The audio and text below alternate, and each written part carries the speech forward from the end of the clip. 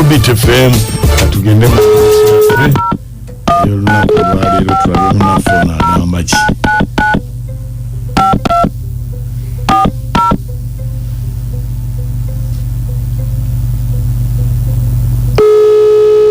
Abadde baagala ya Sarah Short Luguse eguse.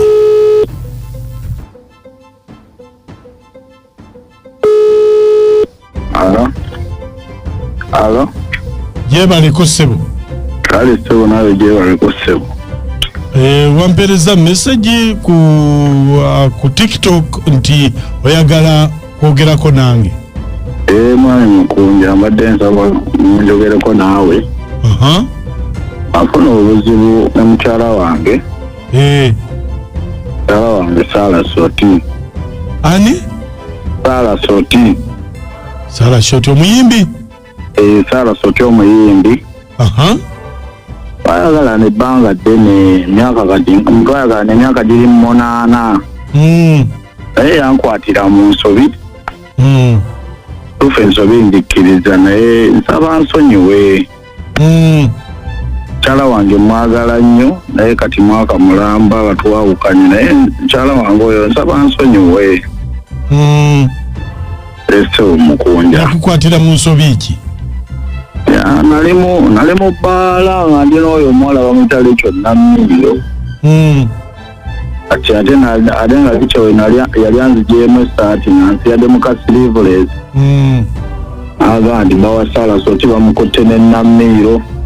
Rachel Namiro no muyimbi eyali wa Eagles Production the New Eagles. Oyo yennyini. Kati bino byavaako obuzibu mukyala wange ne yeetanga. Twawukanamu awo naye mwetondera mukunja nkoze buli kimu mukyala aganya ate mwagala nnyo. Iye. Kakati oyagala nkole ki? Nsaba omukubireko tulabe oba asobola okunondobezezaako ndaba oba asobola okudiziriramu. Yes, sebo. Kale beerako ku simu tovaako. Kale sebo.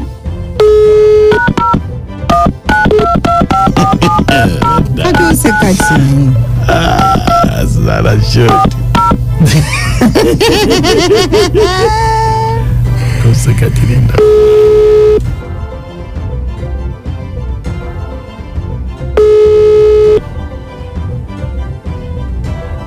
Esimu ogiwulira? Wanyi sebo ngiwulira sebo. Ebeerako sirike.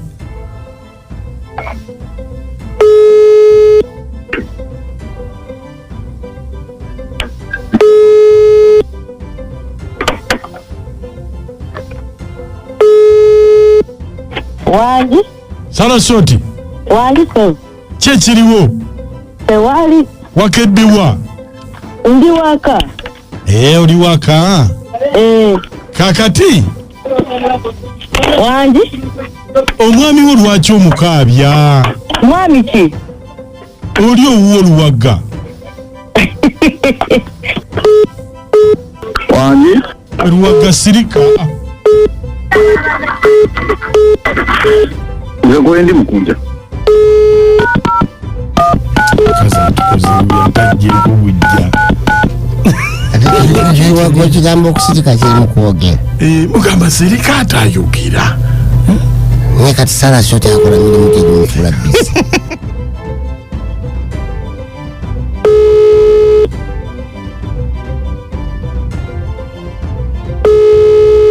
Hello? Ngamba. Yes, sebo. Omusajja lwaki omukaabya? Wangi? Omusajja luwagga lwaki omukaabya? Tinale mukaatamu nze. Ate kati mbuwa mukyawa akaaba agamba Sarah Short ansonyiwe. Ate twali baase kweremerako. Otuka ekisaamu tulemwawukana buli omu n'akwatagage. Talinayo balala baalaba. Mbu talina gwalina gwe wekka. Abiveeko nze ate ndikubira kati ate nze nina omulala kati tunakikola ki? Bannange oba balina ku supermarket w'obagula. Nina omulala. Naye Sarah Short. Obulamu bwe buti oli wakitanga omulala ayingirawo. Sarah Short lwaki weeyisa bw'otyo? Wabaawo ali ku pending awo ali yize kateri. naye kakati yakukola ki ekyaddala?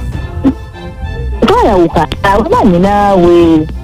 Anti yakola ki ekyaddala? Tewali oba tena kyakoze mwekoowa. Kati talina ki? Omulinda kubako kyakoze. Bambi akuliyo nnyo. Era agamba nti wekuba genda wammwe okumwanjula ajja kikola. Kaloota ngambe yesuneko. Yesuneko ayinza okuba aloota. Sarah Short, lwaki olumya abasajja bwoti? Siralumya jasira kwanti omuntu mwate mukwataganye bukwataganye. Nsonyiwa munnaye.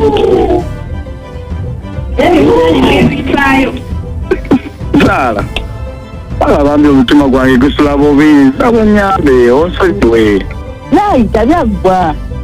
Kumpe ensobi njikiriza nagikola naye saba onsaasire. Kati mugambe ebigambo bye bisembayo abiwulire. Akakane. Akakane. Bambi. Osesa kumusaasira. Tomugoba bwotyo. Ane kyatadamugenda ku mawulire atuuleko ewaka. Kati aba mpitira ddiri zange endala zonna ate zinnaalifunye. Zenna ennyama engenzeeko nkoze empeddewo lwakubeera ggwe. Eki kyoba wamuloga lwaki alemedde? Sikuloga Justin, tewali abaloga kati tebaloga abasajja. Olwo kiki ekimuleetedde okubeera bw'atyo? Aba yasalamu Justin kyanjawulo nga obimanyi. Nga takirabangako walala. Wamusuulamu ekirungo. Kikwatayo bukwata. Kyakwatayo. Kamukuwe mwogeremu. Bajja banyoomerera kati ate ne kikwatayo. Yajja anyoomerera kumba agenda kulookinga. Yogerako naye Luwaga, yogerako naye wuuyo. Ebyokwogera naye byaggwayo dda. Tukamidde munnaye maama nsaasira. Bayi bambi. Kubit FM ekintu buli ky'omuziki ekisinga omuwulidde ate bajja bagaya nasangamu ekyenjawulo kyatalabanga nawunga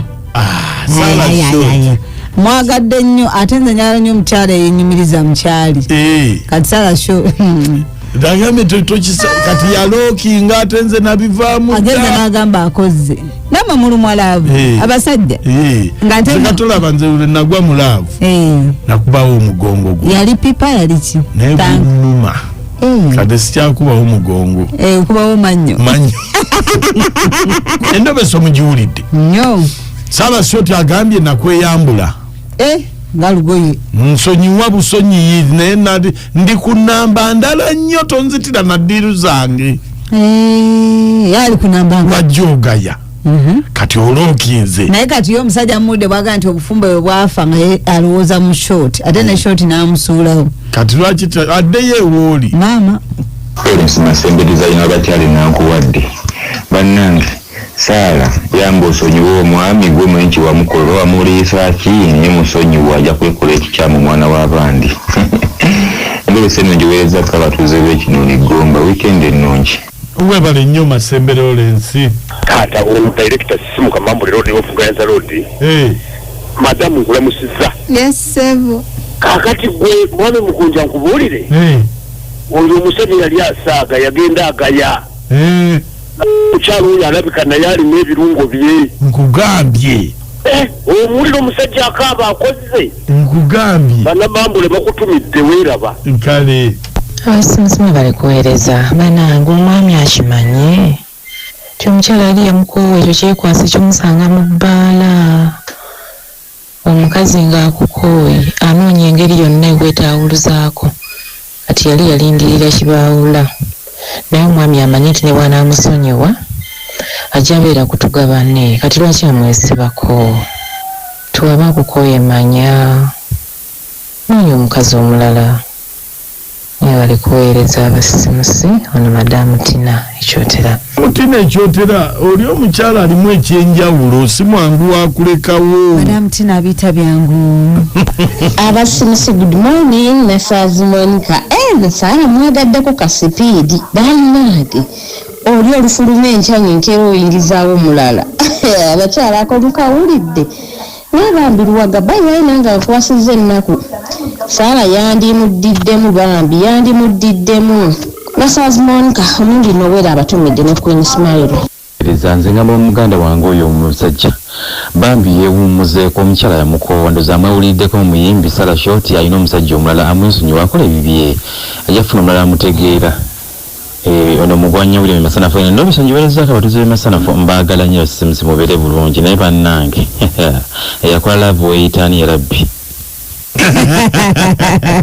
abasajja kye kyemwetaaga abasajja bangi nnyo muzanyira ku baana ba bannammwe Saala oli mutuufu weematire ne ky'olinawo ate ono omusajja ayinza n'okubalako ssente alabika abala ssente nga sina laavu ono wamalinda ekawuko